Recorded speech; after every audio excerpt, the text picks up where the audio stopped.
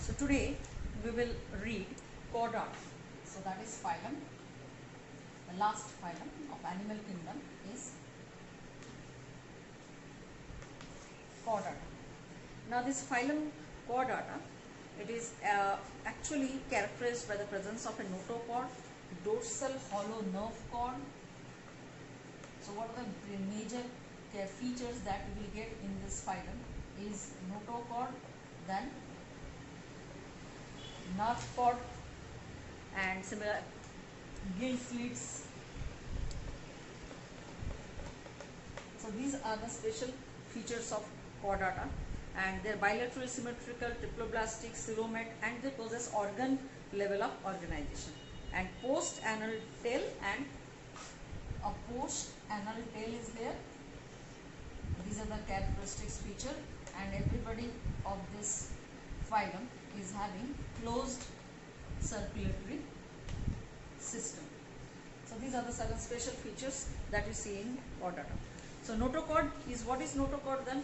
It is a solid rod-like structure present on the dorsal side of the body, and nerve cord is a hollow tube-like structure present on the dorsal side of the body, and that helps in coordination of the body.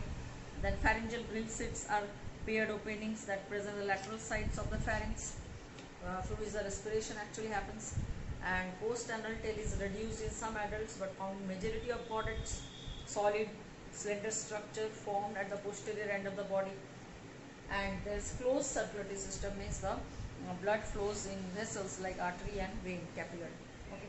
And some other features along with these are seen also in Chordata, like ventral heart, then hemoglobin is present, hepatic portal system is present, digestive system is well developed, excretion occurs through kidney. So all these are the characteristics of Chordata. So let's now come in detail of the Chordata classification, which we have already seen in the last class. Classification of phylum Chordata, it actually Urochordata, Cephalochordata, and Vertebrata. There are three subphylum. So what are that? Urochordata, then Cephalochordata, and Vertebrata. So these are the three subphylums, and these Vertebrata again differentiated into many classes. Now what is the characteristics of Urochordata? This body is covered by testa or tunic composed largely of tunicine. So this is the special thing that they have tunicine in the tunicine that is present in the tunic or testa. That's the body covering, and so it is called tunicates. Notochord is present but disappear in the adult. So in this Urochordata, in the embryonic stage, notochord is present. Coelom is absent. Digestive tract is complete. Respiratory system has two numerous gill slits, and they show retrogressive metamorphosis. Okay, and larva undergoes retrogressive metamorphosis. So here Hardmania is the example of Urochordata. Hardmania is the example of Urochordata. Now subphylum Cephalochordata. In this notochord extends the entire length of the body and passes ahead of the nerve cord in the front. Notochord persists throughout the life, but here in Urochordata, notochord persists only at the embryonic stage, but here notochord persists throughout the life. And true enterocellous coelom is present, and pharyngeal region of atrium is and example is branchiostoma, or we say amphioxus.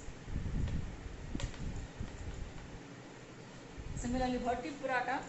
So Vertebrata has higher chordates. You can say they are possessing vertebral column. They are possessing what? Vertebral column.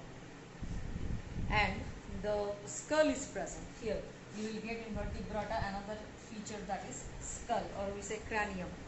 Circulatory system is closed type, and ventrally situated heart is present. Respiratory pigment is hemoglobin for this. Kidney is present as an respiratory organ, and they lack asexual reproduction. Sexual reproduction is commonly visible in this Vertebrata subphylum. Okay, now next we will discuss Vertebrata, that is the class Pisces. So now we are going to discuss vertebrata, and under that Pisces is the class. Now Pisces, there are actually two types of fish. This is actually consists of fish, and that is your Chondrichthyes